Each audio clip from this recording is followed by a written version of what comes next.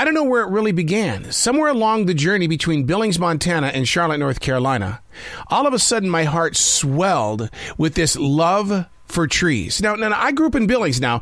There's trees there, but it's kind of like in the open fields of Montana when you go to Billings. It's like the prairie, the plains. And so there's not a lot of trees there. I mean, you've got some cedars here and there, and you go up into the mountains and there's some trees. But my passion to save trees didn't happen until I moved to Charlotte, North Carolina. And I think it's because Charlotte has always been known as the city of the trees. And it's so beautiful to see so many trees. And it does take away from your view of the sky because the trees are so tall. But somewhere along the line, I became passion driven and passion filled to save trees. I'm telling you, when I used to see neighbors in the hood here bringing out their saws, I would either have to go in the house and just sit there and just shake and just get angry and angry and angry without anybody seeing it, or I would confront them saying, what did that tree ever do to you? And why do you have to replace it? And you know what it led to? There are 1,700 trees inside this forest in South Charlotte, North Carolina that we put in the ground in 1997. And to this day, I still have the passion for the tree. It's amazing the feeling that you get from these great storytellers that really, and we're going to talk about it here in a little bit, why it's so important that we do everything that we can to save the trees. Hey, it's Errol. This is the Daily Mess, a chronological walk through an everyday world. Yeah, I'm a daily writer. I document life and all that comes after. Although I do talk about living mindful in the presence of now, I do step back to the pages stained by the nib of my writing instrument because I believe there is something there. We don't just experience life. We're supposed to be taking notes for a future that hits us so hard that many of us are just numb. This is the Daily Mess. Today, I thought we would go back to December 11th, the year 2001, a piece titled Charlotte Says, Save 10% of the Trees. Ooh, 10%. That's how much we give to our churches, right? We tithe 10%. Well, I don't know if that was good news or bad news. See, I haven't gotten into the paragraph yet.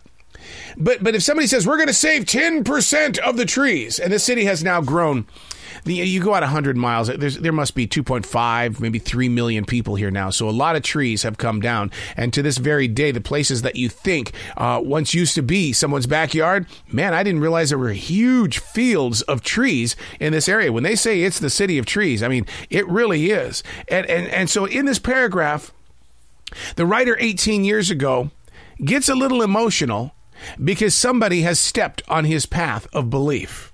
My heart cried to read such news. Even if only 20 trees remain, that's 20 more than yesterday. I can't explain my passion to preserve trees other than that they're the link between generations. What we see, hear, and feel, do or do not, are reflected inside the circle of a tree. No magnet can erase man's behavior, only saws, which says that we really don't care. Oh, yeah, we care about business. We care about putting up neighborhoods, putting up strip malls, which 18 years later aren't working anymore. The big box stores are leaving. So here sits this big strip mall that they had to kill all these trees. And I'm not going to get up on a soapbox. I don't want to do that. I think one of the biggest respects that I have for trees is the fact that every day at 4:30 a.m., I get to sit down and I write in a journal. I've been doing this for 25 years. My connection to trees is that a living, breathing tree sacrificed its life for me to have something to write on. When you pick up the newspaper, and some people still do, what is that made out of? Paper. There are paper products around us every day, but do we take the time to respect the trees? And see, now this is the Native American spirituality that's going to come out. If we don't learn to respect the paths that brought us to this place of now, then what's going to happen is that somewhere along the line, it's going to bite us. It's either going to disappear and we're going to go, well, whatever happened to? You didn't take care of it. You didn't take care of your toys. And so every time that you played with your toys, you left it out in the rain. Trees play such a major, important part of what we do. And I'm not a scientist here. You know why trees are very important. Outside this window is this beautiful forest that I really do fight for. But I'm not so angry when the neighbors come by with their saws and they've got to chop some things down. And because there's reasons why you do what you do. And being a homeowner, when the trees are way over your house and the leaves and the branches are stretching across your house, what's happening? You got to do something to kind of just trim the trees. And I learned one thing from Stephen Furtick, who's my pastor at Elevation Church. When the vines get out of control, that's not where the energy of the vine is. Everybody thinks that this vine is going to provide fruit.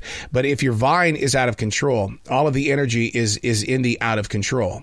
And you've got to learn to trim the vines so that you can get fruit back on the vines. Because that's what we all are as a people, as people who either love or hate trees. But if you don't learn to trim your limbs, and if you don't learn to sit there and take a look at what's going on around you and respect all living things around you, then what happens is you become weighted down by different reasons and purposes that don't feed into your moment of now, but rather take away from where you're going to grow tomorrow.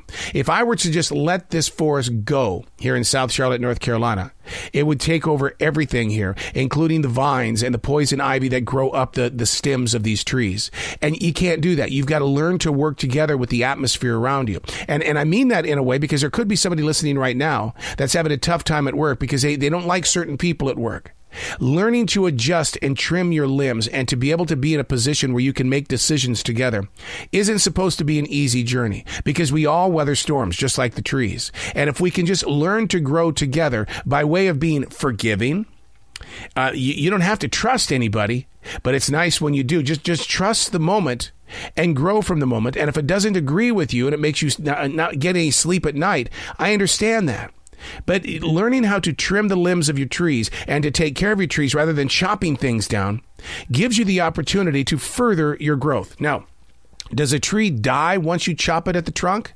You know, in this forest here, that's not so true because I've gone out there several times and the roots have popped some things up in the air, and I've sat there and watched them grow. Even the stump itself, I've seen some things pop out of that as well, and it's been fascinating to watch, and I giggle like a child when it does.